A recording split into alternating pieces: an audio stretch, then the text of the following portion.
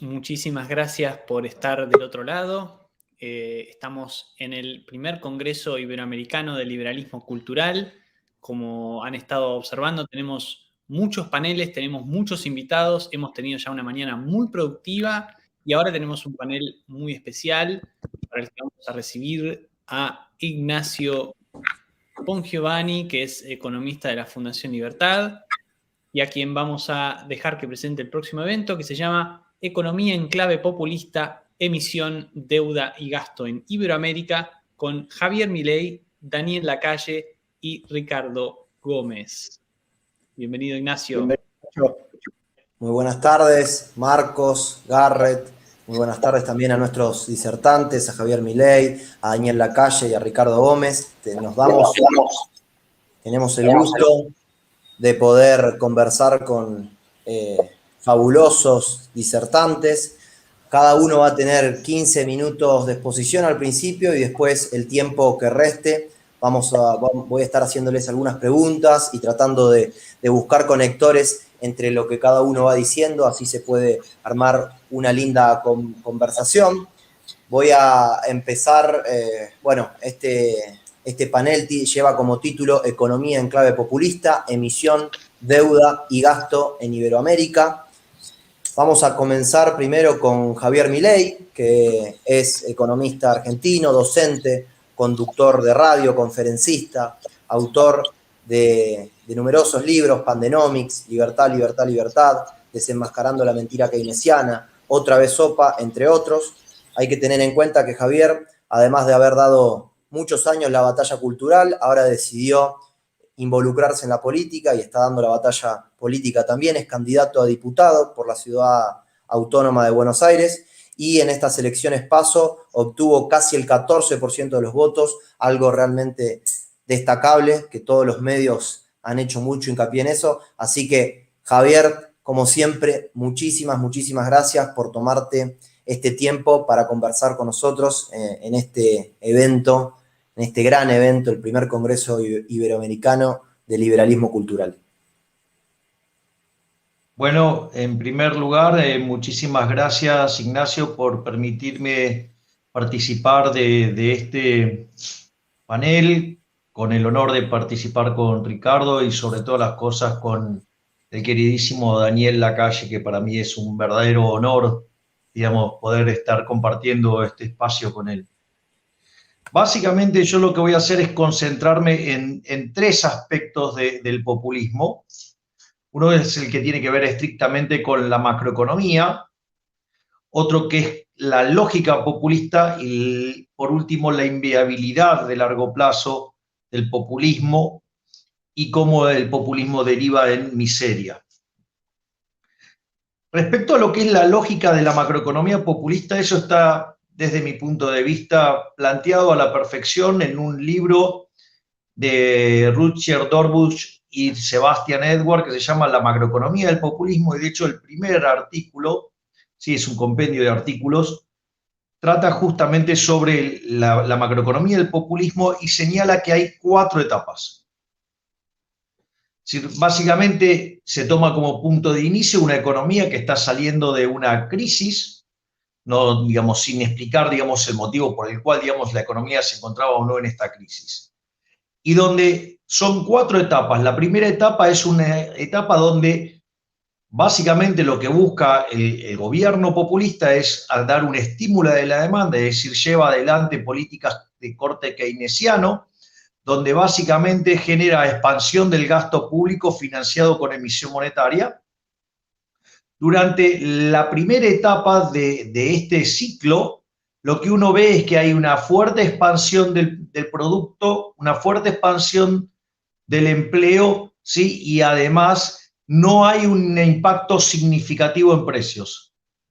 Es decir, pareciera que todo, digamos, o sea, es la felicidad misma, porque los políticos básicamente pueden gastar, son todos efectos positivos y no hay ningún costo. Es decir, pareciera, digamos, haber encontrado la llave, digamos, de la felicidad, por decirlo de alguna manera.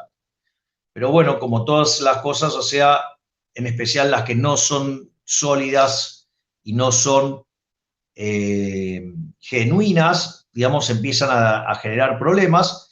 Y en la segunda etapa del populismo, ¿sí? Es que los continuos aumentos ahora en lo que tiene que ver de la demanda agregada financiado con emisión monetaria, ahora empieza a tener mucho menos impacto en actividad, mucho menos impacto en el empleo y sí empieza a haber impacto sobre el nivel de precios donde, digamos, se empieza a notar una aceleración del proceso inflacionario.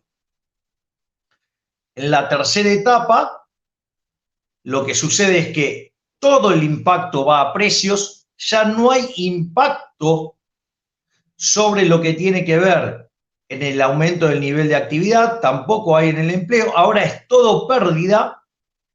Frente a esta situación, los gobiernos populistas recurren a controles, es decir, ya sea controles de precios o controles, digamos, de capitales, donde más allá, digamos, de las cuestiones propias de lo inmoral que son este tipo de controles, es decir, digamos, el más claro siempre suele ser el control de capitales, donde ¿por qué, digamos, un gobierno puede decidir en qué puedo gastar o no? Es decir, si los gobiernos, digamos, de característica populista suelen tener como rasgo distintivo que pierden la moneda porque pierde el rol de reserva de valor, es decir, ¿quién es el gobierno para decidir en qué puedo gastar o no? Con el agravante de que, digamos, cuando uno compra moneda extranjera, lo hace básicamente para proteger su consumo futuro y en realidad haciendo este tipo de restricciones, o sea, no solo el daño que causan sobre la libertad, sino que además restringen el conjunto de consumo y al restringir el conjunto de consumo futuro, digamos, está empobreciendo, digamos, a las personas, sino que además los obligan de manera indirecta, por decirlo de alguna manera, a demandar más moneda doméstica, por lo tanto, incrementa la base imponible del impuesto inflacionario y se avanza, digamos, en esa estafa que es el impuesto inflacionario.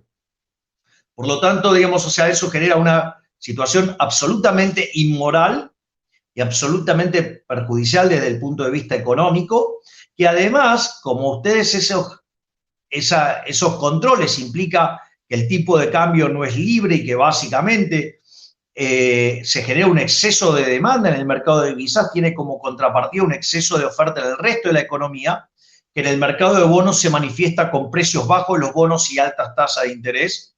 Esas altas tasas de interés implican un exceso de oferta en el mercado de bienes. Ese exceso de oferta en el mercado de bienes deprime el nivel de actividad del empleo y con ello perjudica los salarios reales y que los intentos por parte del gobierno de corregir esa situación donde la economía se empieza a estancar, de hacer estímulos de la demanda, lo único que genera es incrementar el desequilibrio en el mercado cambiario, incrementa ese desequilibrio, el exceso de demanda en el mercado cambiario y por lo tanto repotencia el exceso de oferta en el resto de la economía y que cuando ya es imposible sostener la situación del mercado cambiario, ya sea o porque no tengo más divisas o porque el impacto, digamos, o sea, está siendo muy fuerte sobre actividad y empleo y hay que liberar el mercado, digamos, el money overhang generado durante esa dinámica, digamos, genera procesos de muy alta inflación. Y ahí es obviamente donde aparece la cuarta etapa del populismo, que es la crisis. Es decir, entonces lo que ustedes ven es que esto, digamos, es algo que es bastante claro. La evidencia empírica está del lado de esto, es decir, digamos, Dornbush y Edwards no llegaron a esta situación, digamos, elucubrando cómo podía ser, no, digo, lo vieron a partir de la evidencia empírica en Latinoamérica.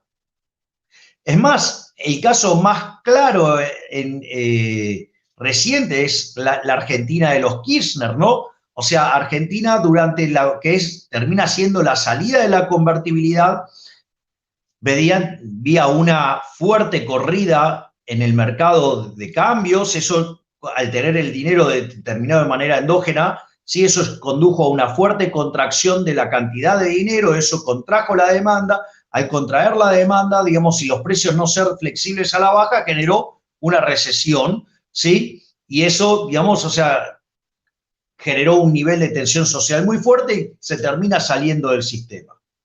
Entonces, digamos, lo primero que hizo el kirchnerismo que fue hacer política fiscal keynesiana, expansiva, financiada con emisión monetaria.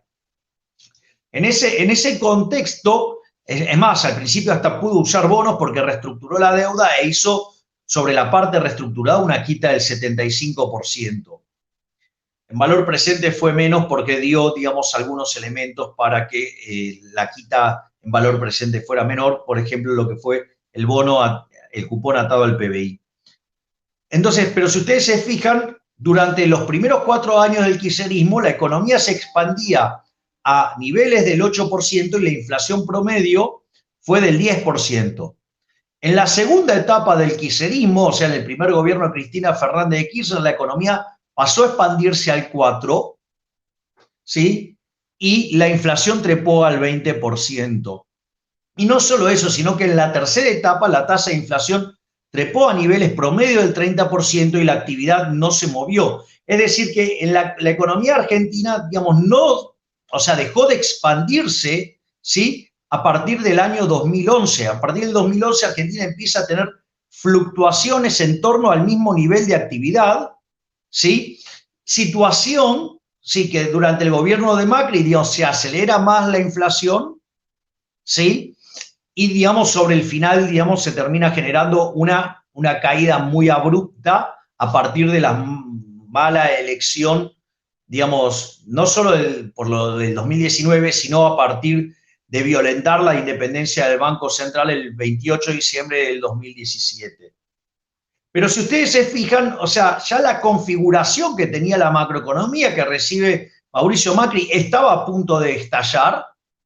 Naturalmente no se corrigió esa situación y se repotenció en los últimos 2 años y a partir, digamos, de lo que fue la llegada del cuarto gobierno kirchnerista, ¿sí? Esta situación se repotenció aún muchísimo más porque básicamente lo que trataron de hacer es ir de vuelta por un paquete de estas características keynesianas.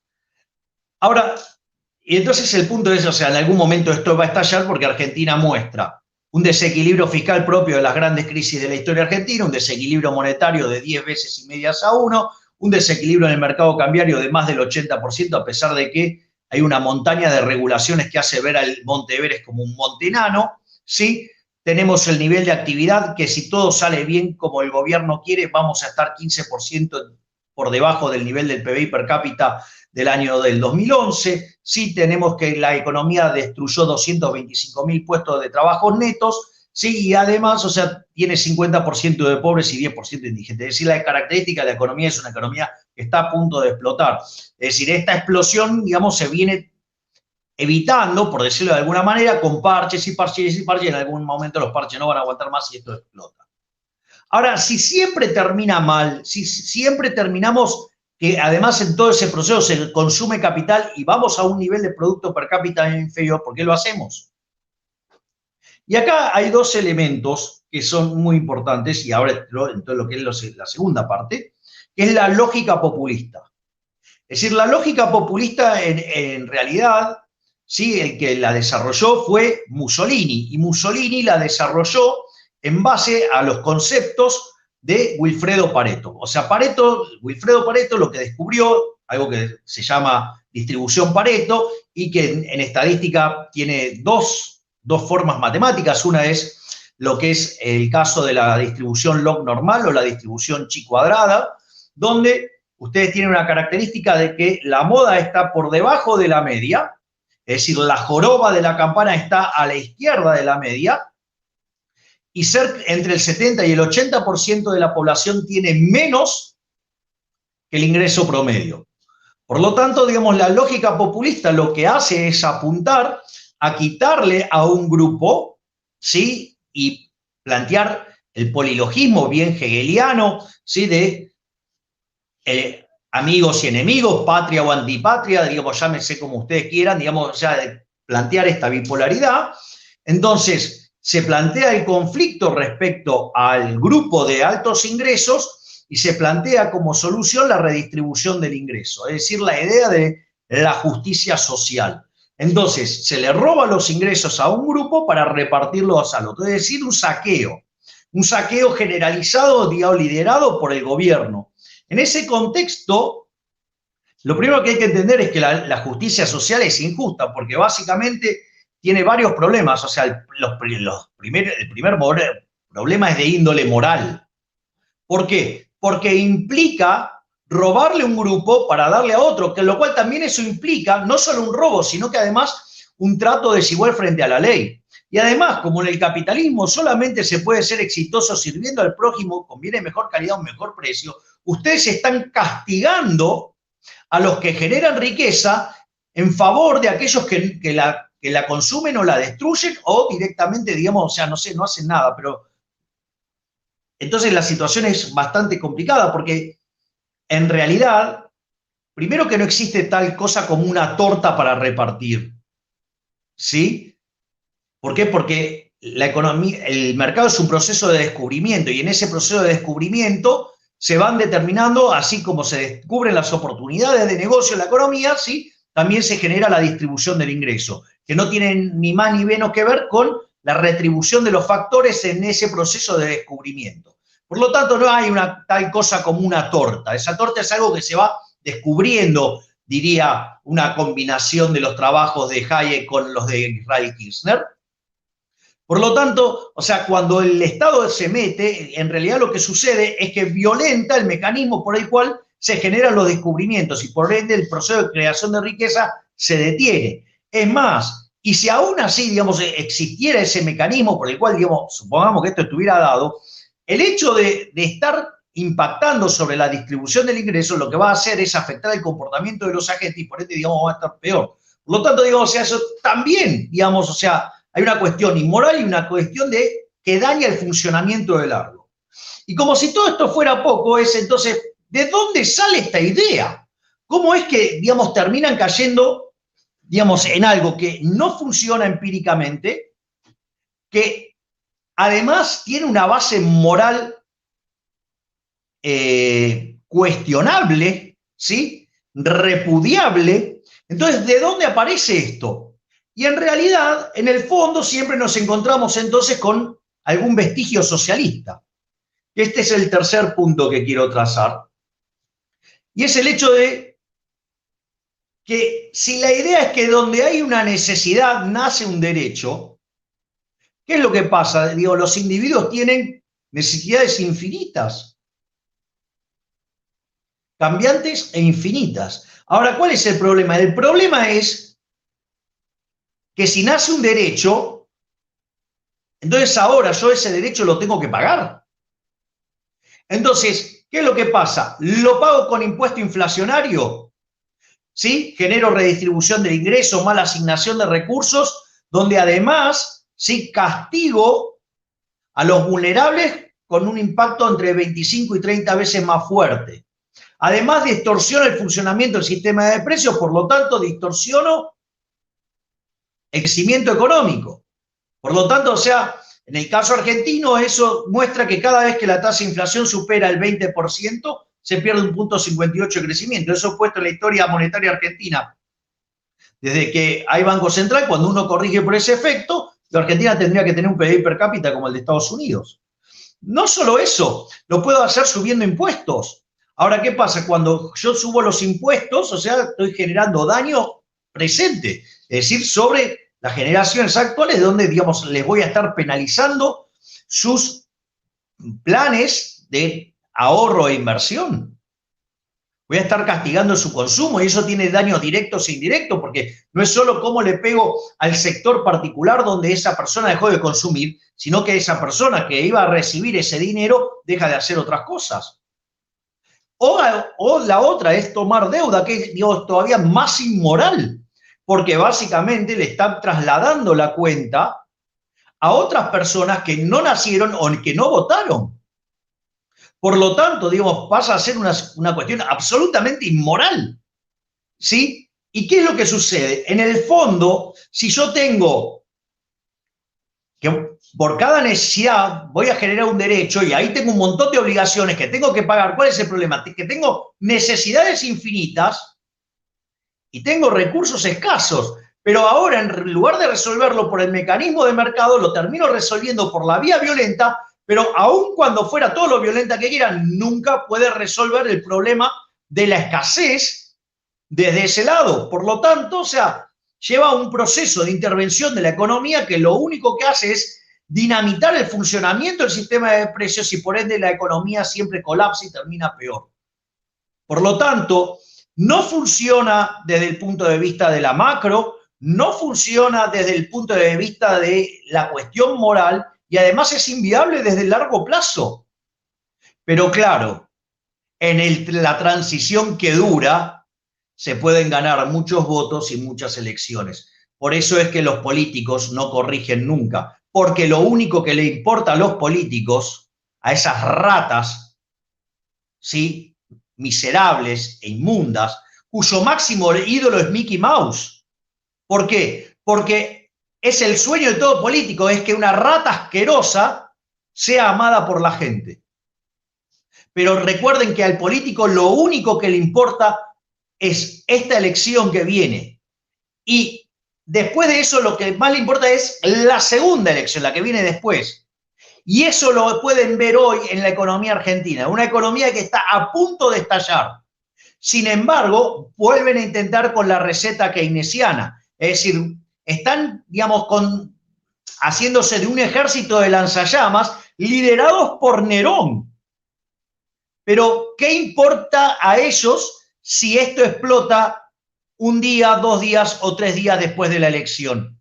Habrán logrado el objetivo de engañar nuevamente a las personas y volver a generar una crisis, pero no se vive de la misma manera si están dentro o fuera del poder. Y eso es lo que explica, básicamente, el funcionamiento de la macroeconomía populista.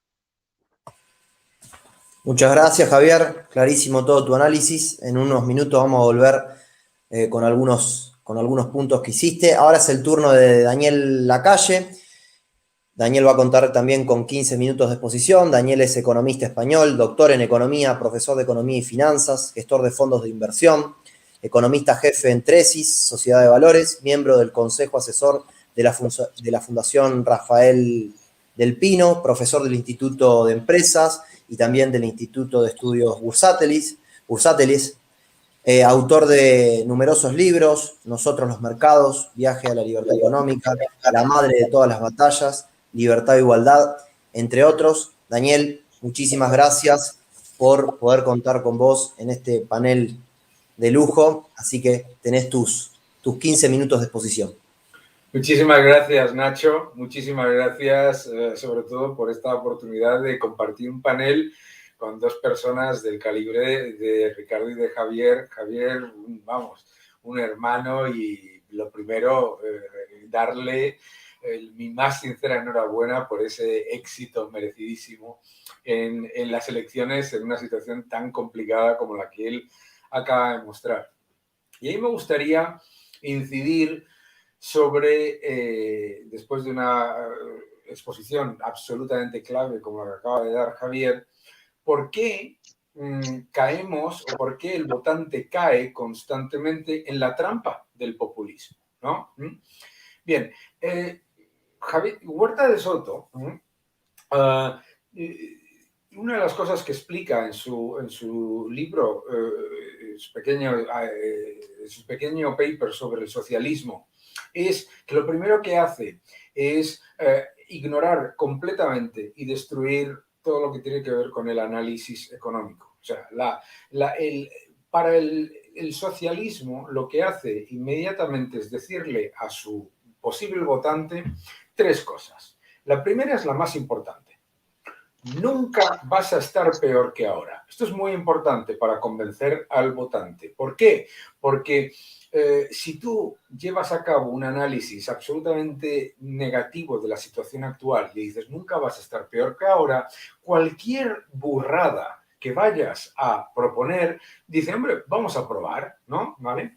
La segunda es, nunca vas a estar peor, 2, esta vez es diferente. ¿De acuerdo? Es verdad, claro. Gustavo Petro en Colombia, Frente Amplio en Chile, dirán, es verdad lo que cuenta Javier sobre Argentina. Es verdad lo que cuenta Javier sobre Argentina, pero es que esta vez va a ser diferente. ¿Vale? La tercera es la culpa nunca es mía, nunca es del populista.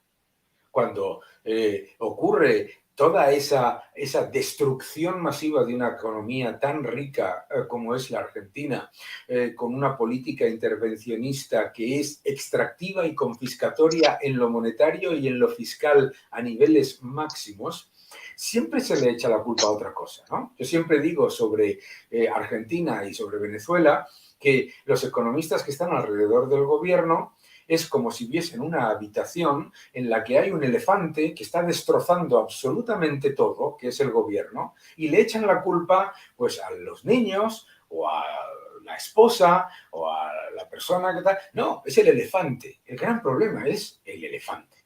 Entonces, el populismo primero te tiene que convencer de que nunca vas a estar peor. Lo segundo y lo que te tiene que convencer, lo ha dicho Javier y por eso lo diré muy rápidamente, es que la riqueza es una tarta y que alguien que es político va a ser capaz de distribuir esa tarta perfectamente de tal manera que todo el mundo reciba exactamente lo mismo. La riqueza, por supuesto, no es una tarta, es algo que va creciendo por unos lados, va creciendo por otros, va cambiando, se tiene que crear. Pero la idea de que la razón por la que tú tienes un problema, sea el que sea, es porque alguien, una visión de la economía extractiva basada en que la economía es una suma cero. La razón por la que tú no tienes recursos o los recursos que te gustaría tener o los que te dicen que podrías tener es porque alguien te los está quitando, ¿de acuerdo? Entonces, el populismo está basado en la envidia, está basado en el robo y está basado en la decisión, en la venta a un grupo lo más grande posible de la idea de que la injusticia, siempre que se cometa sobre unas personas que no son un porcentaje importante de la población, no tiene ningún problema. Entonces cambia la justicia por ese concepto de justicia social que en realidad es adherencia política. Es decir, no es justicia social, es decidir por adherencia política quién tiene razón o quién no tiene razón de manera aleatoria. Lo que también es muy importante en el populismo es esa idea de la tarta estática, de la riqueza como si fuese la casa del tío Gilito. ¿Os acordáis en los muñecos de Disney del tío Gilito, Scrooge, ¿no? que vivía en una torre en la que había muchísimos dólares y nadaba sobre ellos, ¿no? Claro, ¿qué es lo que hace entonces? Compara cosas que son de un problema estructural muy grande con problemas puntuales muy pequeños, ¿no? Entonces dice, para un país de 47 millones de personas, dicen, mira, este señor multimillonario tiene un yate de 5 millones de dólares. Claro, 47 millones, 5 millones de dólares, las matemáticas no funcionan. Elemento esencial del populismo en su análisis macroeconómico es convencer al votante de que 2 más 2 suman 22. Es decir, que el gobierno, vía la impresión de moneda y vía el aumento de gasto público, es capaz de hacer lo que no puede hacer la economía de ninguna otra manera. ¿De acuerdo? Y por supuesto, la clave también es que nunca es culpa del gobierno. Por ejemplo, cualquiera que vea ahora mismo pues, un documental en Netflix sobre lo que ocurrió en Chile en la época de Allende, no escucharán la hiperinflación como un problema de una política de destrucción masiva del tejido productivo unida a la destrucción del poder adquisitivo de la moneda. Dirán que fue un ataque, ¿no? Dirán que fue un enemigo exterior. La utilización del enemigo exterior es clave para justificar los errores, ¿no? No los errores, sino que además es una política extractiva y confiscatoria con un objetivo clave, que es el del enriquecimiento sin precedentes de las personas más cercanas al poder político a costa del empobrecimiento masivo de la plebe, del pueblo. Entonces, para mí, el gran problema del populismo es que desde nuestro entorno tendemos a criticarlo desde un punto de vista de decir, ¿ves? En Venezuela no ha funcionado, ¿ves? En Argentina no ha funcionado, ¿ves? En Turquía no ha funcionado, parece que solo sea en Latinoamérica, ¿no? Nos olvidamos de Irán, de Turquía, de tantos otros países. Claro, ¿por qué no cala en el debate político? La razón por la que no cala en el debate político es fundamentalmente porque Gustavo Petro, al ciudadano colombiano, le dice, aquí es diferente, aquí va a ser diferente. Nosotros no estamos diciendo que vamos a hacer eso. La segunda es que, por supuesto, utiliza un subterfugio para llevar a cabo esa política extractiva y confiscatoria para llegar al poder, que es el de compararse con países con los que no tienen ningún tipo de comparación en su política económica. Por ejemplo, en el caso del Frente Amplio en Chile o en el caso de Gustavo Petro en Colombia, claro, no van a decir mi ejemplo es Chávez y Kirchner. ¿Qué es lo que dicen? Mi ejemplo son los países nórdicos. Esto de los países nórdicos es fantástico porque es un ejemplo buenísimo que sirve por 3 razones. Muy poca gente ha ido. 2, nadie se mira realmente los países nórdicos. 3, de decir por qué. Claro, los países nórdicos lo primero que son países capitalistas y lo segundo que son países que una vez que crean riqueza la redistribuyen. Pero lo primero que son capitalistas y segundo, de limitación del gobierno vía la intervención por parte de la sociedad civil en la limitación de los poderes de las personas que están en el poder público. Bien, pero fuera de que los países nórdicos no tienen absolutamente nada de socialistas, y mucho menos del socialismo del siglo XXI, que es exactamente igual que el del siglo XX y del siglo XIX, un desastre, la clave para mí es que el populista que está en el poder siempre le pasa la responsabilidad del desastre económico que genera al enemigo exterior, entre comillas, la guerra económica, impone controles de capitales porque ahorradores no están huyendo del país porque no son patriotas, en vez de porque les están robando, y además utiliza la represión siempre. Primero utiliza la propaganda para vender como maná económico una política que nunca ha funcionado y que no va a funcionar. La segunda es utilizar la excusa del enemigo exterior y la tercera es la represión. En el caso, aprovechar la pandemia para encerrar a todo el mundo, cerrar todos los aeropuertos, cerrarlo todo y dejar a todo el mundo indefenso y completa y absolutamente imposible de quejarse, o otros tipos de represión similar. Cuando hablamos del populismo, por lo tanto, tenemos que entender esa profunda inmoralidad que reflejaba Javier hace un momento. La profunda inmoralidad de la propuesta económica del populismo, que está basada en destruir al sector productivo a cambio de una paga o de una subvención o de una ayuda al sector improductivo que no solamente no son capaces de dar, sino que no van a dar. Porque esa es la clave a la hora de atacarlo, que lo ha hecho muy bien en su campaña electoral Javier, que es la de desmontar completamente el mensaje buenista. ¿Por qué? Porque ¿qué es lo que ocurre, como ocurrió con Allende en Chile o como ocurrió con Cristina Fernández de Kirchner y los Kirchner en Argentina? ¿Qué es lo que ocurre? Que después se embelesa su legado con la idea de que lo hicieron con buena intención. Y como lo hicieron con buena intención y su mejor intención era ayudar a la gente, pues por lo tanto, si no funcionó, bueno, será porque no se hizo lo suficiente, ojo, se imprimió mucha moneda, pero no era suficiente porque no se incentivó la demanda interna, ¿vale? 2, porque no se hizo durante suficiente tiempo, necesitaban más tiempo. El otro día escuché en Venezuela que es que Maduro todavía no ha tenido tiempo para llevar a cabo la verdadera revolución. Y tercero, que hay que repetir, que es lo que hizo Fernández en Argentina cuando llegó. Lo primero que dijo es, ¿qué vamos a hacer? Exactamente lo mismo que destruyó la economía del país, pero multiplicado.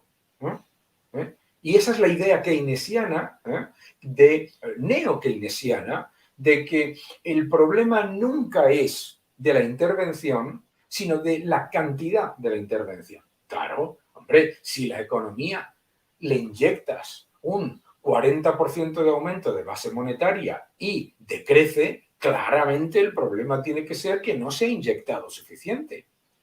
¿Por qué? Porque al eliminar el análisis económico, al eliminar el cálculo económico, como decía Huerta de Soto, claro, todos los factores son irrelevantes. La demanda de la moneda es irrelevante. Cuando yo le dije a Gustavo Petro, ¿me puede explicar usted cuál es la demanda real de pesos que hay en el mercado para justificar que un aumento masivo de la base monetaria va a ser absorbido sin generar la destrucción del poder adquisitivo de la moneda?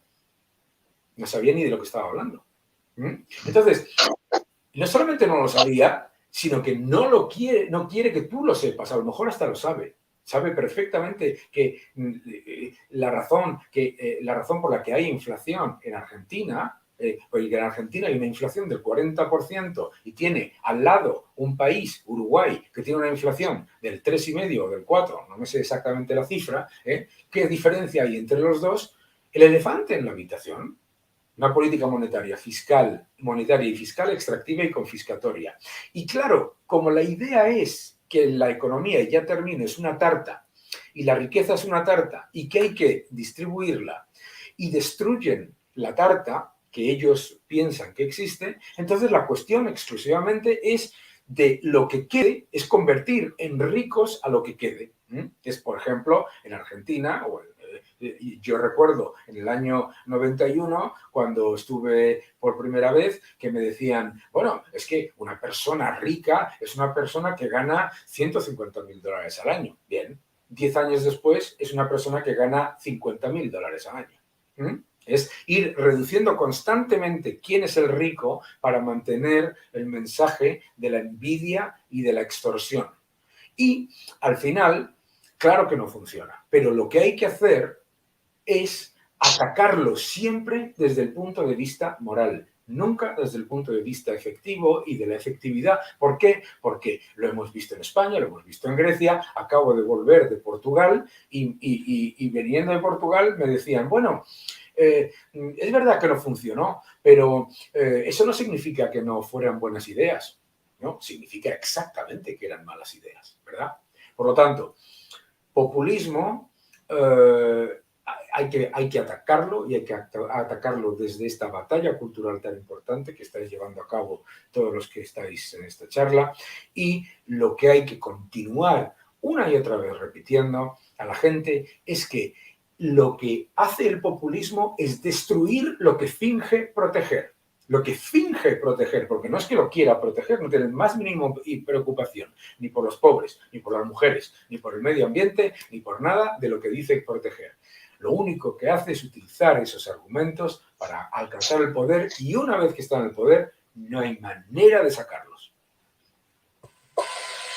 Muchísimas gracias, Daniel, por tus minutos de exposición.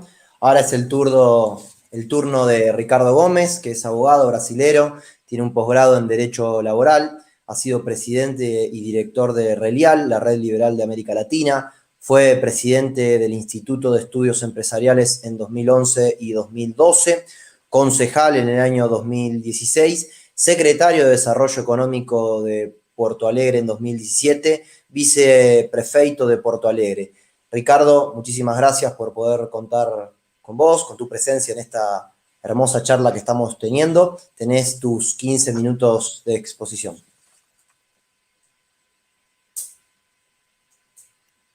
Gracias, Ignacio, y gracias a la organización del evento por darme la oportunidad de estar en este panel con dos gigantes.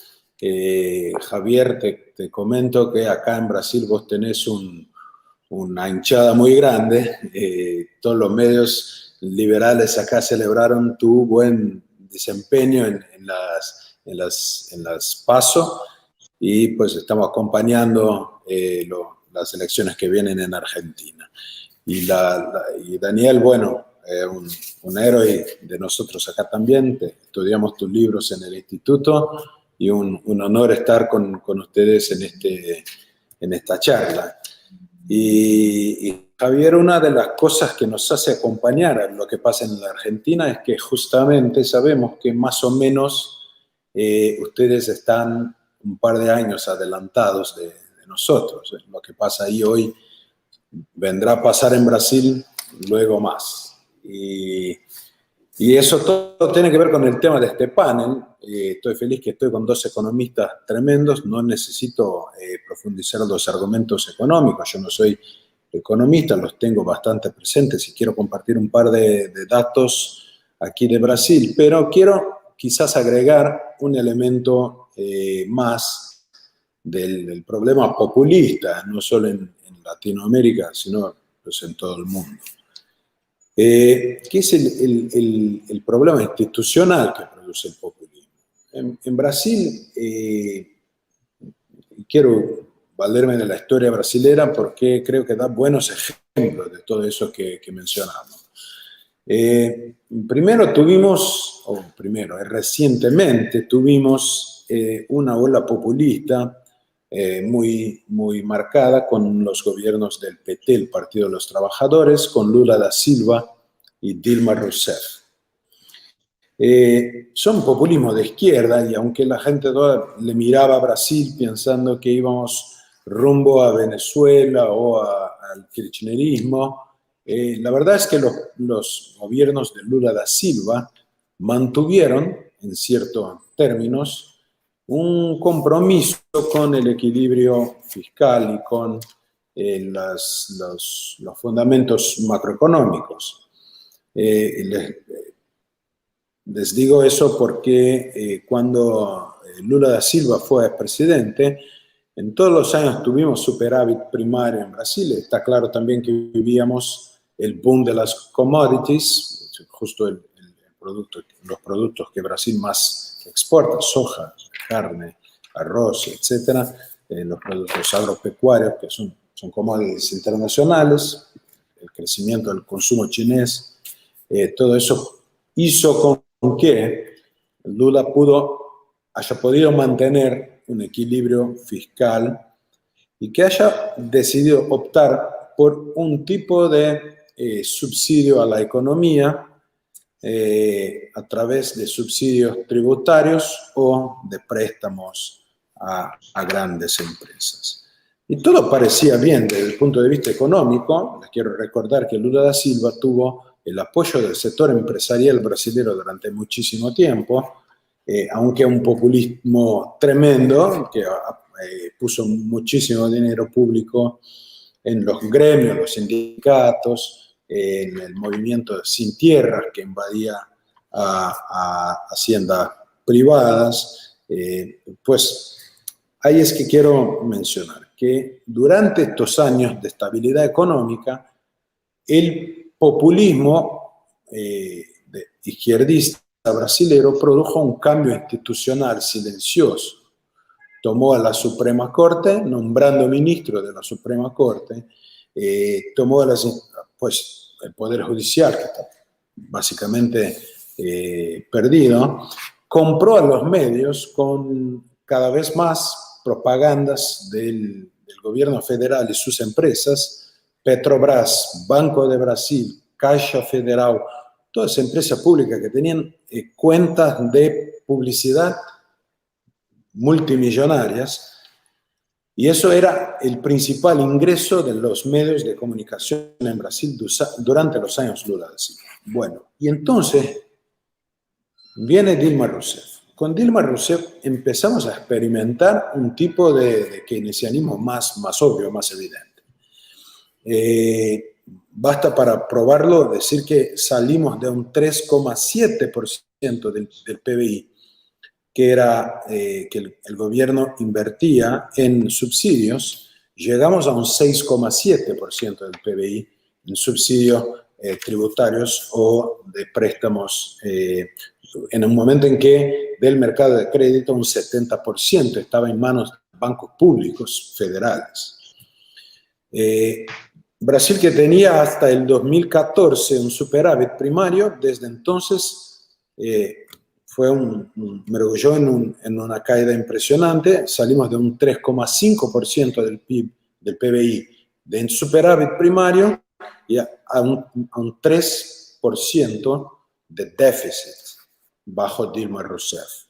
La deuda pública arrancó y salimos de un 60% del PBI a un 80% del PBI con Dilma Rousseff. La tasa de interés artificialmente rebajada por Lula durante años. Dilma Rousseff lo produce una rebaja aún más grande y luego la inflación empieza obviamente a aparecer, hasta que en el año 2015 la inflación alcanza un 10% al año, y cuando empieza a caer el gobierno Rousseff. Pues en este momento que pasa desde el punto de vista institucional en Brasil es que Rousseff empieza a perder la mano de la economía, el empleo desaparece, la inversión desaparece, la inflación vuelve con fuerza y pierde apoyo político. Se pelea con el Congreso Nacional y la Suprema Corte en ese momento da un paso adelante y se pone como la mediadora de este conflicto entre Ejecutivo y Legislativo. Terminamos con el impeachment de Dilma Rousseff. ¿Por qué digo que la Suprema Corte fue quien medió este conflicto? Porque la Suprema Corte inventó un procedimiento jurídico para el impeachment que no estaba ni en la ley ni en la Constitución. Les recuerdo que el segundo impeachment que Brasil tuvo, el primero fue bajo la ley y la regla que estaba escrita. Y lo que hace la Suprema Corte en este momento es decir, bueno, este procedimiento no es suficiente, y crea un procedimiento totalmente distinto a lo que estaba en la ley. Y los otros dos poderes lo aceptan. Lo aceptan con el consenso de que la Suprema Corte tenía pues la capacidad moral de intervenir en este momento. Viene un gobierno de transición, para nada un gobierno populista. El gobierno de Temer es un gobierno que subió la tasa de interés, empezó a disminuir los subsidios, hay una retracción de la moneda, o deja de crecer los medios de pago, M1, y contiene el crecimiento de la deuda pública. Y en este momento pasa en Brasil algo extraordinario, que es el surgimiento de un gobierno de Bolsonaro que de un lado tiene un argumento populista fuertísimo de ser un patriota y disputa las elecciones como el presidente de los brasileros, porque los brasileros tienen un argumento nacionalista, tienen un argumento patriótico, tiene un argumento de honestidad, porque, bueno, todos ustedes conocen el problema de la corrupción en Brasil, lo que ha pasado en este país con los escándalos de Odebrecht, nada tan claro como tirar bolsas de dinero sobre los conventos, Javier, pero aún así escenas bastante fuertes. Pues Bolsonaro gana las elecciones con un discurso de ética, de honestidad, de estar al lado del pueblo, de ser un hombre común. Y en este momento el milagro que les comento es que en la elección brasilera la economía y los fundamentos económicos tuvieron un rol fundamental. Y tiene a su lado el ministro Paulo Guedes, un liberal que pues toda su vida atacó el keynesianismo y defendió el fortalecimiento de los fundamentos económicos como nosotros aquí los tenemos presentes. Y entonces viene el gran elemento mundial que convirtió a todos los gobiernos del mundo aún más en gobiernos populistas, que es la pandemia. ¿Qué hace la pandemia en Brasil? Yo a veces me pregunto qué habría hecho el gobierno Bolsonaro y Paulo Guedes si no fuera la pandemia, porque la pandemia nos convirtió otra vez en un populismo económico tremendo. El superávit que les comenté era 3,5, llegó a menos 3, un déficit de 3% del PBI, se estaba recuperando a un 0,85% del PBI de déficit, y en 2020 fue un 9,4% de déficit. La deuda del gobierno federal salió de un 87 a un 99% del PBI. La emisión de moneda creció M1 43% en 12 meses. Y la tasa de interés rebajada artificialmente de un 6% al año a un 2% al año, y la inflación obviamente sale de un 2% y el año pasado alcanza 9,7%. En los últimos 12 meses sumamos 9,7% de inflación. Si es verdad que no estamos en números argentinos, y acá quizás la lógica del fútbol esté al contrario, porque Brasil es 2 veces campeón mundial de inflación, pero la Argentina tiene 5 títulos. Aquí se invierte la situación. Pero, ¿qué pasa en este momento? Cuando les digo que todos los gobiernos se volvieron populistas, es que Brasil gastó casi, les doy el número, 400 mil millones de reales con bonos para los que no podrían trabajar. O sea, la pandemia hizo con que este discurso de quedémonos en casa, eso es lo mejor para todos, la economía lo vemos después, hizo con que el gobierno saliera a gastar un dinero que no tenía para mantener a gente que no trabajaba. ¿Y cómo salir de eso? Con eso quiero terminar. El tema es cómo salir del populismo. Porque sabemos todos que los gobiernos, los políticos que no le digan a la gente que yo sí les represento, que somos nosotros contra los demás, que no tienen enemigos claros, estos no son los políticos que ganan las elecciones. O sea, el argumento, especialmente en este continente, me acuerdo de este librito de José Ignacio García Hamilton, Los orígenes de nuestra cultura autoritaria. En este continente, con esta cultura que tenemos de esperar que el gobierno salga a resolver todos los problemas del universo, la gente espera que el gobierno tenga las soluciones para un problema que no tiene cómo resolver. ¿Cuál es el problema en Brasil hoy? Es que las alternativas a Bolsonaro vuelven a ser Lula da Silva, con un discurso de que está arrepentido de no haber sido suficientemente populista durante sus 8 años en el gobierno. Y otros partidos que dicen que el error de Bolsonaro fue que gastó poco durante la pandemia, que habría que haber puesto más plata para que la economía volviera a crecer. Mientras tanto, con todos estos fundamentos económicos rumbo al abismo, el FMI acaba de publicar que, Brasil está sustaining a strong recovery. O sea, se recupera con fuerza. El futuro ya lo sabemos. No podremos pagar este gasto público exacerbado, no podremos pagar la inflación, pues no la podremos contener mientras no volvamos a tener el control de las cuentas públicas, y esto nos trae a la siguiente situación en el país. Parece que no hay alternativas al populismo. Quizás haya tipos diferentes de populismo para elegir, pero de esto no saldremos tan fácilmente. Me gustaría saber qué hubiera hecho Bolsonaro si no fuera la pandemia.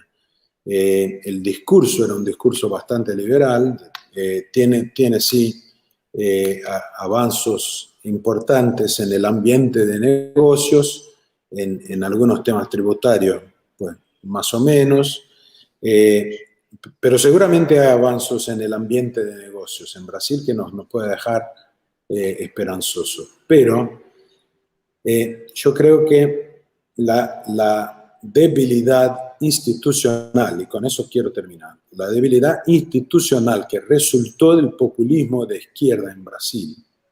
Bolsonaro gana las elecciones como un candidato antisistema. ¿Qué tenemos hoy? El sistema entero le quiere comer con papas fritas.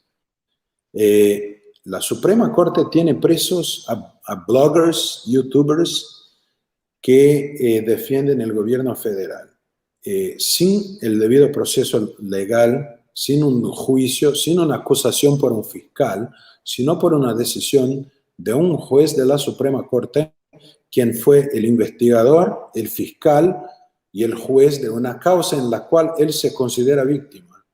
O sea, un caso único en la historia reciente del país de una quiebra de las garantías más fundamentales. Diputados federales, hay 2 que están presos por declaraciones contra la Suprema Corte, o sea, por opiniones contra la Suprema Corte. Sí, no estoy de acuerdo con las opiniones que tienen, pero están presos sin delito. Y el momento institucional brasileño, resultado del populismo que duró 15 años de izquierda en este país, es lo que más nos preocupa.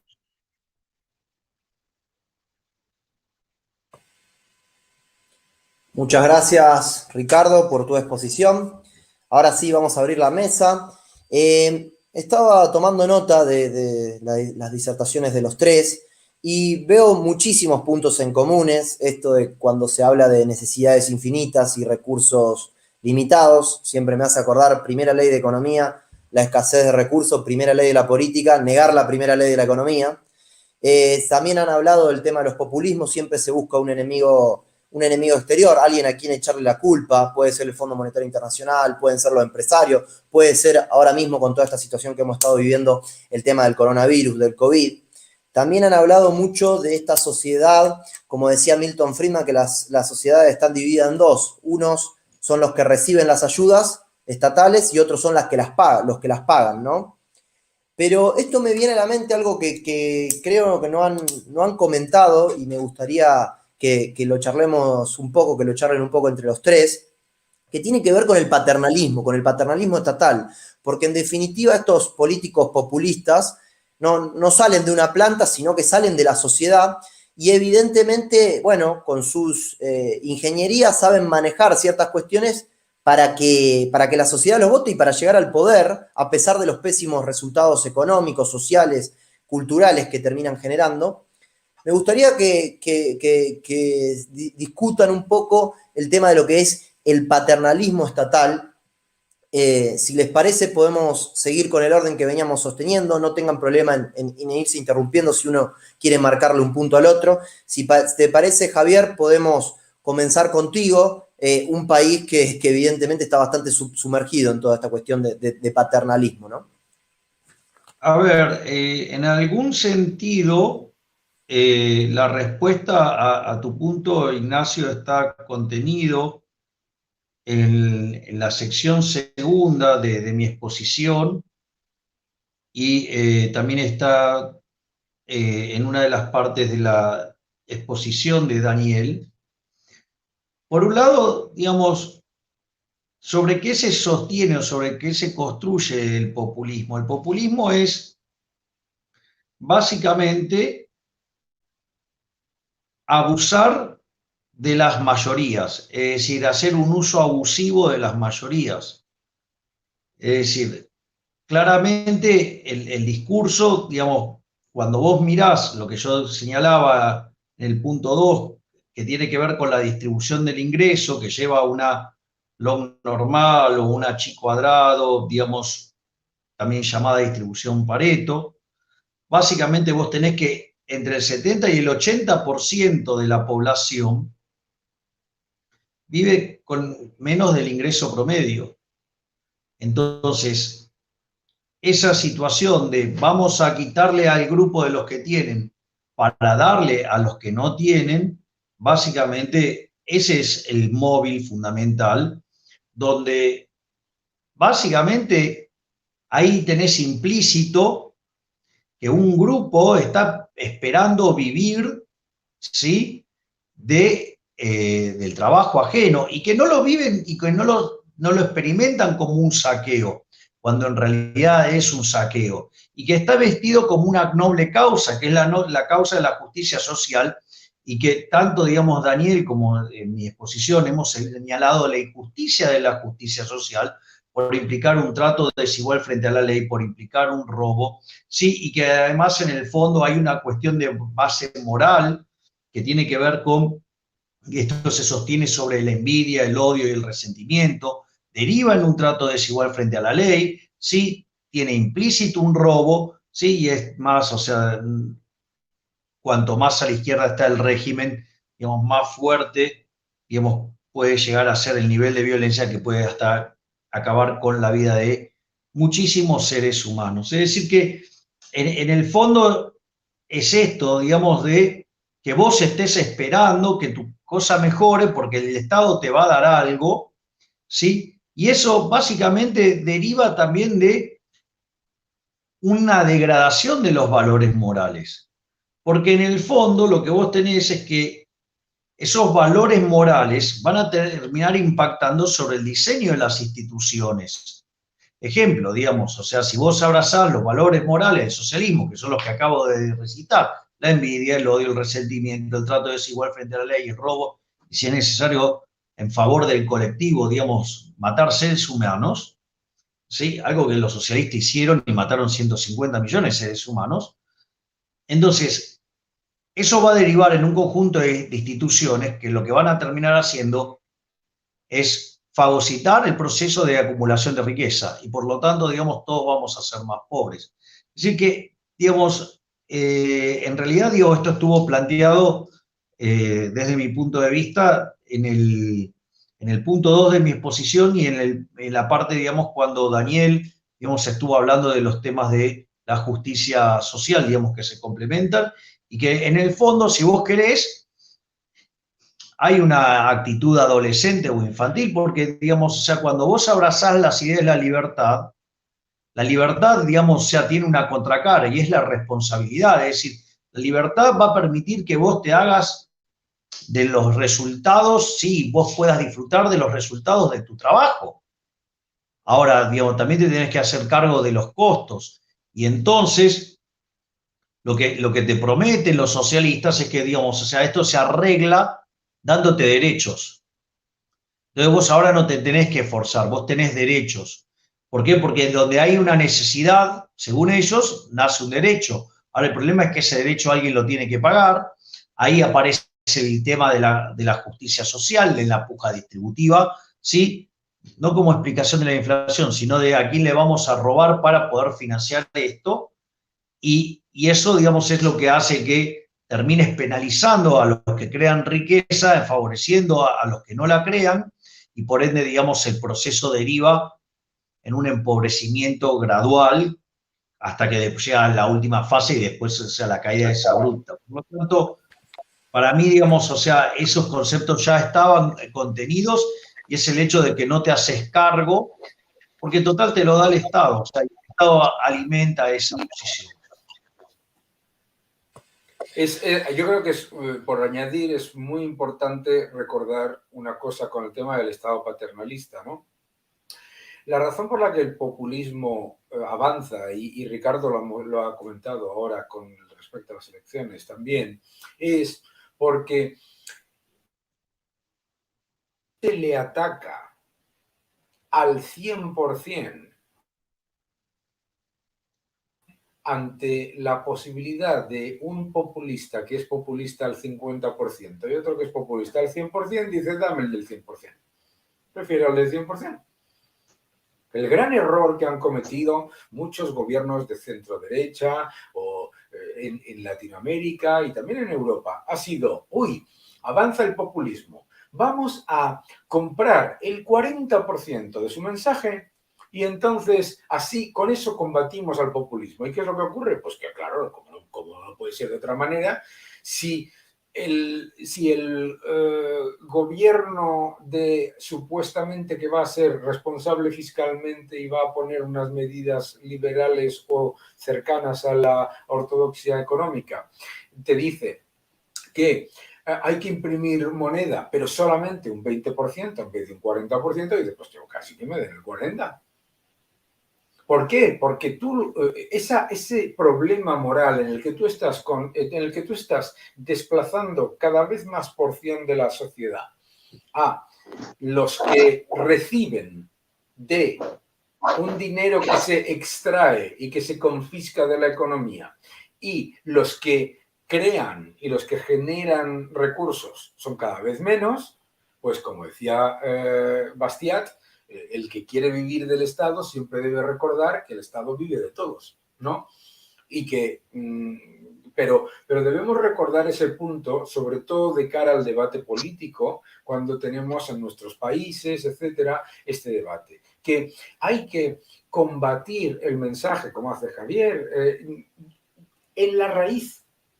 No se puede caer en el error que cometió, y me vas a permitir dar el ejemplo de Macri, ¿no? Macri básicamente dijo, bueno, Kirchner menos 20%, menos 30% a lo mejor.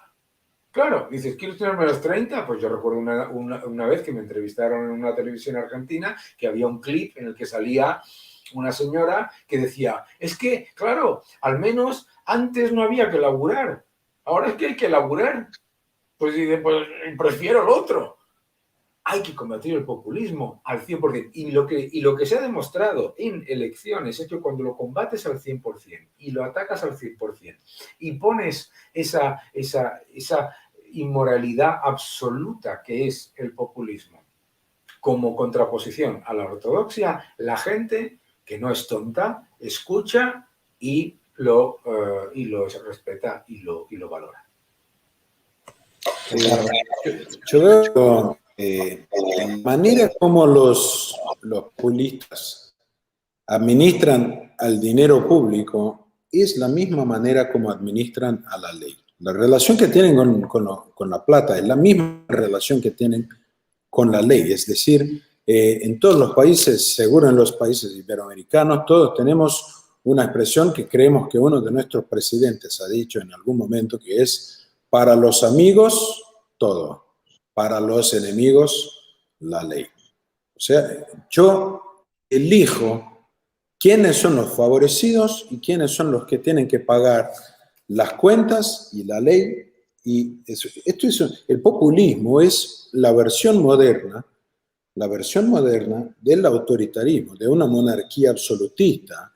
Cuando Luis XIV dice, l'État c'est moi, el Estado soy yo, él lo podría decir porque el rey está puesto por Dios. O sea, Dios me hizo rey y por lo tanto el Estado soy yo.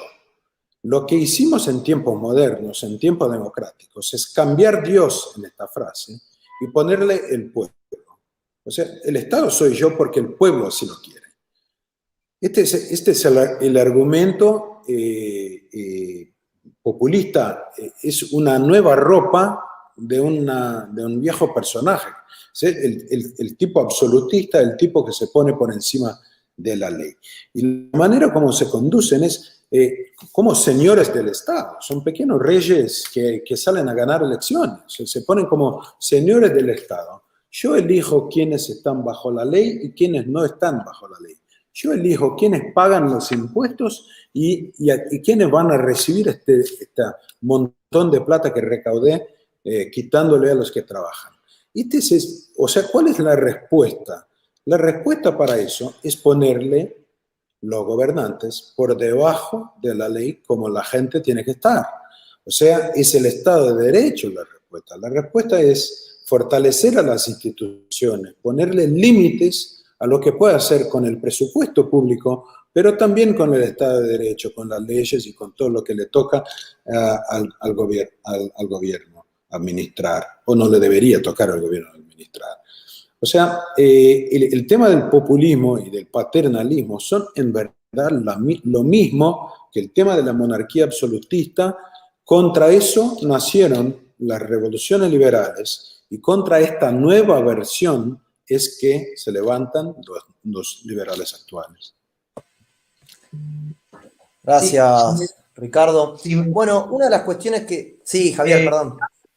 A ver, porque me parece que hay algo muy, muy importante que Daniel acaba de subrayar y que yo, digamos, o sea, puedo dar testimonio de hacerlo, ¿no?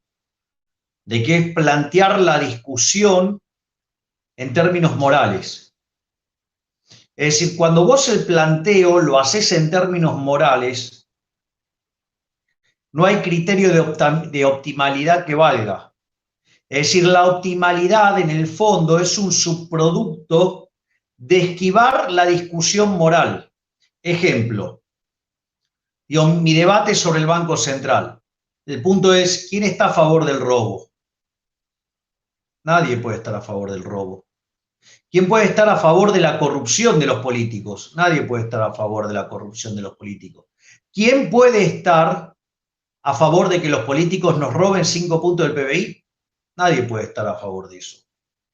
Es decir, por lo tanto, digamos, hacia el Banco Central, que es un mecanismo por el cual se le roba a los ciudadanos de bien 5 puntos del PBI en favor de los políticos ladrones, en el fondo, digamos, la discusión es inminentemente moral.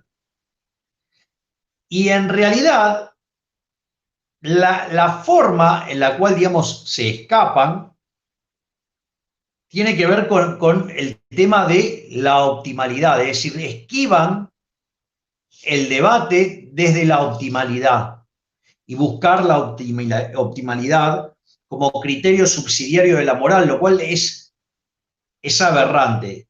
Lo voy a poner con un ejemplo no económico y después lo voy a poner en uno económico para que, digamos, sea claramente se vea el problema. Es como que, entonces yo ahora necesito además de hacerme valer de determinadas estructuras matemáticas para poder encontrar un óptimo. Es decir, tengo que crear funciones que tengan, digamos, determinadas características para que además eso derive en un óptimo. Que es en el fondo, digamos, cuando todos, si uno podríamos pensar en términos de teoría del valor, todos somos neoclásicos, es de donde la verdadera raíz neoclásica se aísla de la austríaca y termina generando, digamos, esta deformación que deriva en cosas calamitosas y que a la larga termina siendo funcional el socialismo.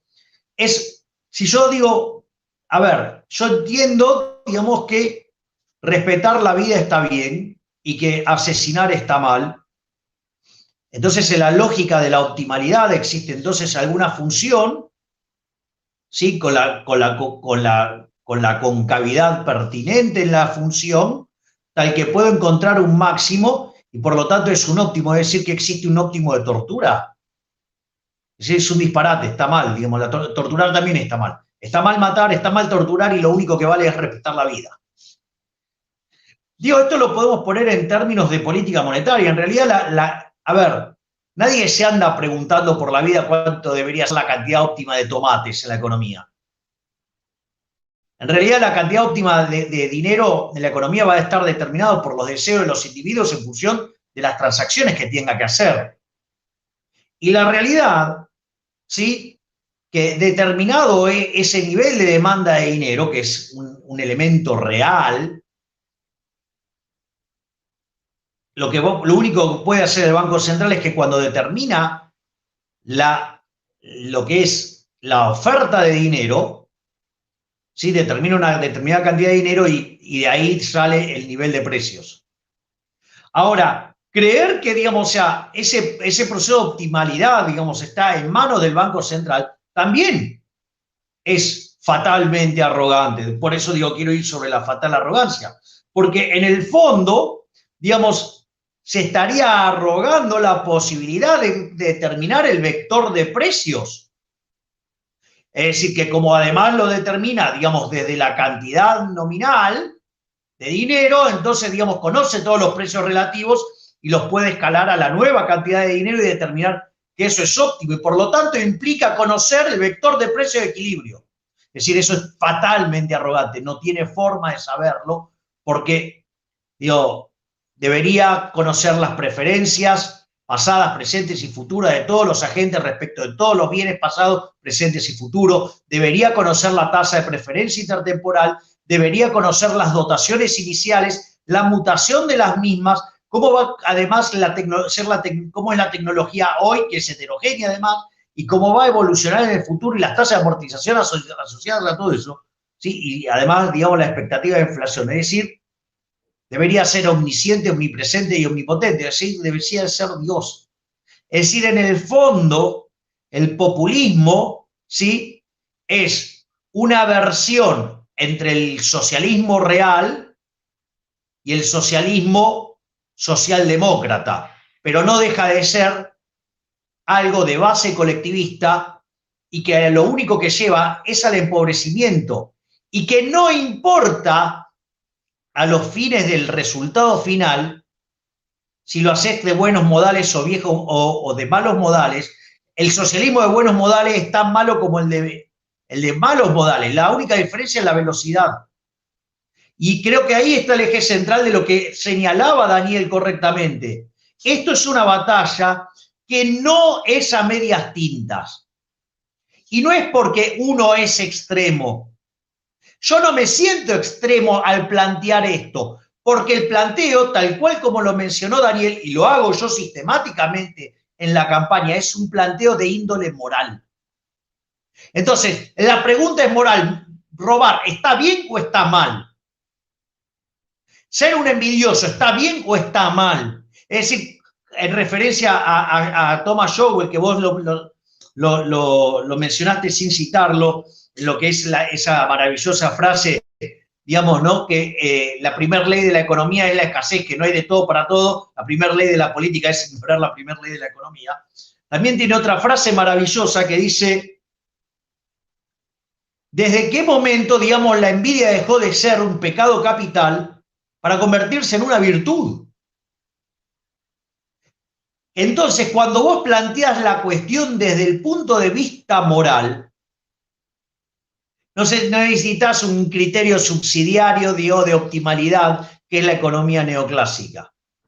Por lo tanto, digamos, ahí también vamos a un problema, ¿sí?, de la estructura del conocimiento, donde vos podés tener a alguien que tenga un espíritu liberal, pero que abrazando de manera no crítica el instrumental neoclásico, termina siendo funcional al socialismo en la propia lógica de camino de servidumbre, cuando admite la existencia de fallos de mercado, cuando en realidad los fallos de mercado surgen de una mala lectura, ¿sí?, del fenómeno que tenemos enfrente.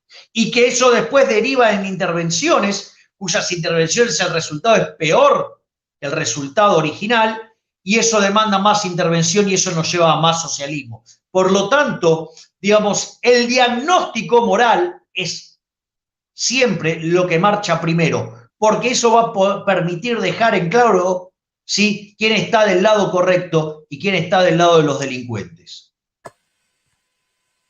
Ricardo, Daniel, no sé si quieren sumar algo, si no... No, yo, en este punto, perfecto lo que dice Javier, y en este punto, la realización de un congreso de liberalismo cultural, quiero reforzar esto, no es por su conocimiento de escuela austríaca o de la economía, que es tremendo, que Javier pues, nos acaba de decir, sino que por el tema moral. O sea, nosotros liberales pasamos quizás décadas discutiendo el funcionamiento de la economía, lo tenemos que hacer, y estoy seguro que tenemos el mejor conocimiento, o por admitir el desconocimiento de la economía, de las decisiones económicas, pero que podamos discutir la cuestión moral, la cuestión política, la cuestión filosófica, porque la izquierda lo hizo, los socialistas cambiaron su discurso y ya no discuten la eficiencia económica, sino que discuten elementos principalmente morales y culturales. Y quiero solo reforzar esto. Si dejamos de hablar de las cuestiones morales, de las cuestiones de libertades políticas, de libertades fundamentales, vamos a seguir perdiendo la lucha para el populismo y el colectivismo. Solo para reforzar y volver a saludar por la elección del tema del Congreso.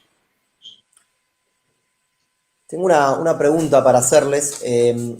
Han comentado, cuando hablábamos de ahí del paternalismo estatal y demás, que, por ejemplo, en el caso de Argentina, como tiene una buena parte de su población pobre, prácticamente un 45, un 50%, se hace muy atractivo votar a estos líderes populistas que prometen tantas cuestiones y demás.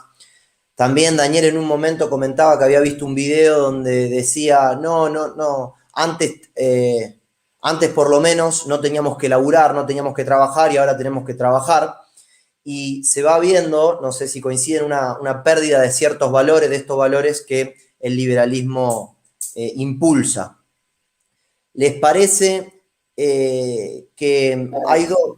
Yo he escuchado a McCloskey, que antes estuvo exponiendo y demás, y ella siempre hace hincapié en que una sociedad avanza en base a las virtudes de esta sociedad, a los valores que esta sociedad tiene.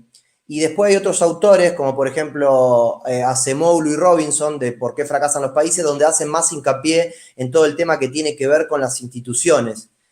¿Cómo les parece que podemos escapar de estos populismos si justamente una buena parte de la población evidentemente está abrazando valores que no son los que profesa el liberalismo, la libertad, el derecho de propiedad, la propiedad privada, el Estado de Derecho y tantos otros? Me vas a permitir incidir en una cosa aquí muy importante. Y es, estaba en Lisboa en la reunión de liberales, conservadores, etcétera, etcétera, y notaba este mismo argumentario, ¿no? La mayoría de la gente piensa que, la sociedad piensa que, pero es falso. Resulta, oh sorpresa, que ningún populista del marxismo cultural, ningún comunista, ningún socialista puede ganar las elecciones sin disfrazarse de una política más o menos liberal, unas ideas más o menos de crecimiento, empleo, empresa, etcétera, etcétera. Por lo tanto, nos han convencido de una cosa que es falsa, que el ciudadano medio prefiere que le vendan el maná del estatismo y del paternalismo a las... No es verdad, eso es lo primero. Y lo ha demostrado Javier en las elecciones hace poco. Segundo, y lo demostró Bolsonaro con las elecciones también. Ojo, el mensaje con el que Bolsonaro se presentó a las elecciones, luego podemos, como siempre se pueden criticar las políticas, pero el mensaje no tenía nada que ver con eso. Pero, y fuera de cada uno de cada ejemplo particular, hay otro factor esencial que ha sido el de la pandemia.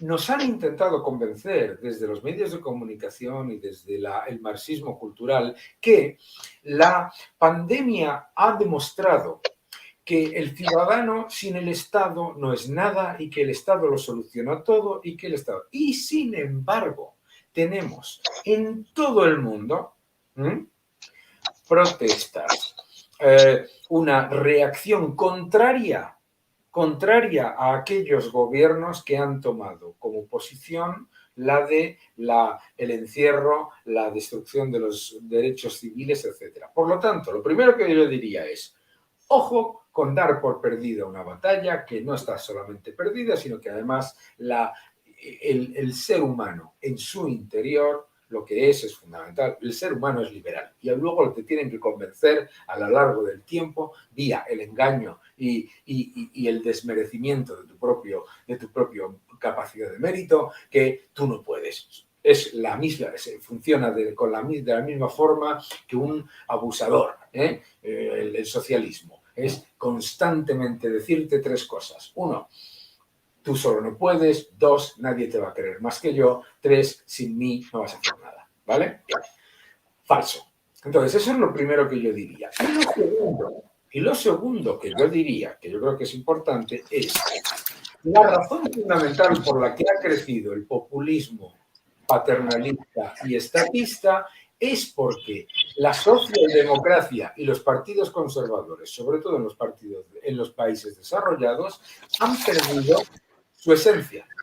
O sea, los partidos conservadores, que eran los partidos de bajos impuestos y bajo gasto público, se han convertido en partidos de alto gasto público y altos impuestos, y los partidos socialdemócratas, en vez de ser partidos de apoyo al pequeño empresario, al pequeño negocio, a los trabajadores, se han convertido en partidos de defensa de la élite más elitista de todas, que son los multibillonarios, no los multimillonarios. Entonces, volviendo a la batalla cultural, y sobre todo teniendo en cuenta que me tengo que ir en 5 minutos, ojo con caer en el error de pensar que todo el mundo es socialista porque es falso, o que la mayoría es socialista porque es falso, y ojo con caer en el error de pensar que la razón por la que crece el populismo es por esa y no porque los partidos conservadores han ido perdiendo su esencia de bajo gasto y bajos impuestos. En el momento en el que eso se lo decía ayer a un ex asesor de la Casa Blanca, decía, en el momento en el que Donald Trump multiplica el gasto público y baja los impuestos y te aumenta la deuda, ¿qué argumento tienes contra Joe Biden cuando venga y te diga voy a multiplicar el gasto público, voy a aumentar la deuda? Claro. Si tú no defiendes, entonces, vuelta a eso. No, los principios no se cuestionan, se defienden, sobre todo cuando tenemos razón. Y segundo, dejemos de pensar que la batalla está perdida de antemano, porque no existe ningún partido del marxismo cultural que haya podido jamás ni siquiera acercarse al poder sin disfrazarse de cordero liberal. Muchas gracias, Daniel. Si ¿Me perdonáis que me tengo que ir? Es que aquí es una hora muy mala. Un abrazo fortísimo. Sin problema, muchas gracias. El honor de estar con vosotros dos excede todo esto. Me lo he pasado fenomenal y a tope. Que lo bueno de no estar equivocado es que no estás equivocado. Gracias, Daniel Lacalle, un fuerte abrazo, gracias por haber participado. Ricardo, si querés agregar algún comentario, ahí está Javier nuevamente, que lo habíamos perdido un ratito, a esto que estaba comentando Daniel. Sí, tienes razón, Daniel. Acá la discusión, y esto parece un cambio importante en el escenario político acá en Brasil, es que Bolsonaro recuperó una discusión moral y ganó las elecciones por la discusión moral, no por su proyecto económico ni por lo que sea, ¿no? Ganó las elecciones porque tenía un proyecto, una expresión del conservadurismo de la gente. La izquierda marxista cultural fue tan lejos en Brasil, a tal punto que se creó una reacción de las familias que no aceptan este tipo es un colectivismo, diversos microcolectivismos, confrontar los hombres contra las mujeres, los negros contra los blancos, los pobres contra los ricos, todos contra todos, los heterosexuales contra los homosexuales, como si la sociedad fuera una guerra externa de facciones, no es así. Y eso, de hecho, los conservadores supieron, en este momento con Bolsonaro, adentrar a la discusión moral. Y este es el punto fundamental, de que o nos dedicamos y más allá del tema económico, o nos dedicamos también a hablarle a la gente sobre valores. Y Javier, tenés toda la razón, decirles quiénes están a favor de la corrupción, del robo. En este continente tuvimos un regalo de oro de la izquierda que nos gobernó en los últimos 20 años. Fueron aún más corruptos que los corruptos de toda nuestra historia.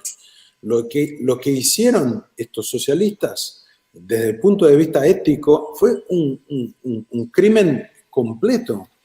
O sea, hay que ir más allá de lo económico y entender que la gente, de hecho, quiere trabajar. Este fue el discurso de Bolsonaro, que nosotros tenemos que salir a trabajar. Con eso es que mantenemos nuestras familias, saliendo a trabajar. No queremos bonos, no queremos que el Estado nos regale plata, queremos salir a trabajar. Y esto funciona, este discurso funciona. Gracias, Ricardo. Javier, un último mensaje, sobre todo para muchos jóvenes que están siguiendo este encuentro. A ver, yo quiero rescatar el argumento que estaba haciendo Daniel y que lo ha adornado de excelente manera Ricardo también, y es el hecho de que no solo somos superiores en lo que tiene que ver en la cuestión productiva, es decir, la caída del muro dejó en evidencia que el socialismo real no funciona. Ahora, por lo tanto, los socialistas se replegaron, digamos, y encontraron aliados, digo, en los socialdemócratas o, digamos, en los liberales que abracen los postulados neoclásicos, convencionales, y que terminan siendo funcionales en la lógica de camino de servidumbre el crecimiento de la izquierda.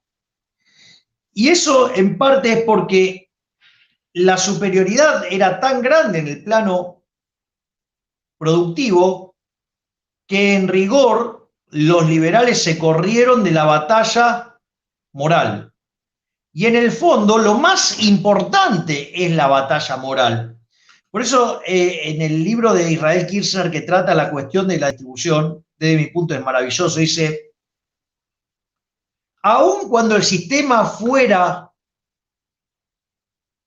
infinitamente superior en el plano productivo, si el capitalismo fuera injusto, es decir, sus bases morales fueran erróneas, el sistema ameritaría ser destruido, porque no es justo. Y lo que han hecho los socialistas es inventar fantasmas con lecturas inadecuadas e impropias de los datos y crear la idea de que el capitalismo es injusto, cuando en realidad es el único sistema que es justo. Estoy hablando del capitalismo de libre empresa, ¿no? Obviamente. En ese contexto, ellos se adueñaron de la batalla moral y se arrogaron una superioridad moral a partir de la cual ellos juzgan al capitalismo por sus resultados, que además los lee mal, que además que cuando fallan sacan que el problema es lo que ellos proponen como solución, que es el Estado, y comparan contra su falso altruismo. Entonces, primero que la comparación es injusta porque compara los supuestos objetivos de un grupo con los resultados fácticos de otro, que además, o sea, están contaminados, o ni siquiera están limpios.